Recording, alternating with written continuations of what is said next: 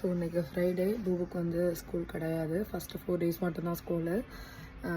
நேற்று வந்து தியாகம் வந்து பிக் பண்ண போனப்போ வந்து அங்கே ஸ்டாஃப் வந்து சொல்லியிருக்காங்க, இவன் வந்து ரொம்ப என்ஜாய் பண்ணுறதுனால ஜாலியாக இருக்கான். பாட்டிலாம் நாங்கள் வந்து ரிமெம்பர் பண்ணணும்னு தேவையில்ல, அவனே வந்து இப்போ வந்து கரெக்டாக பாட்டிலாம் போயிடறான் அப்படின்னு சொன்னப்போ ரொம்ப ஹாப்பியாக இருந்துச்சு.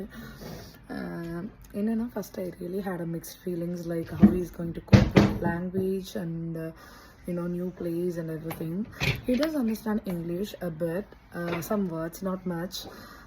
Still வந்து அந்த worry இருக்கும்ல நமக்கு நியூ பிளேஸ்ன்றதுனால.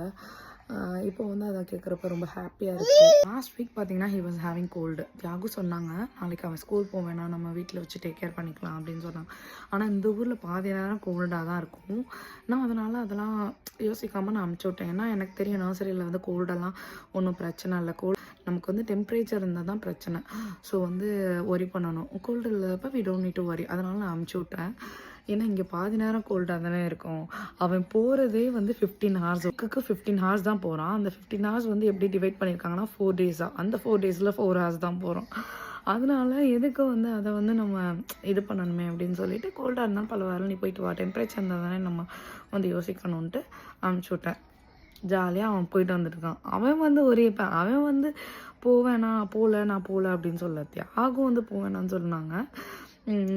ஆனால் வந்து ஏன்னா 3 years எங்களோட தானே இருந்தான். அதனால வந்து அங்கே போனால் பார்த்துப்பாங்களா, அது பண்ணுவாங்களா, எல்லா பேபியும் எப்படி பார்த்துக்கிறாங்களோ எல்லா குழந்தைங்களும் எப்படி பார்த்துப்பாங்களோ அது மாதிரி தான் பார்த்துப்பாங்க.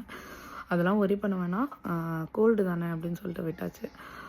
இப்போ பார்த்தீங்கன்னா டிவி பார்த்துட்ருக்கேன். இன்றைக்கி ஃப்ரைடேயில், அதனால் வந்து சார் வீட்டில் உட்காந்து டிவி பார்த்துட்ருக்காரு.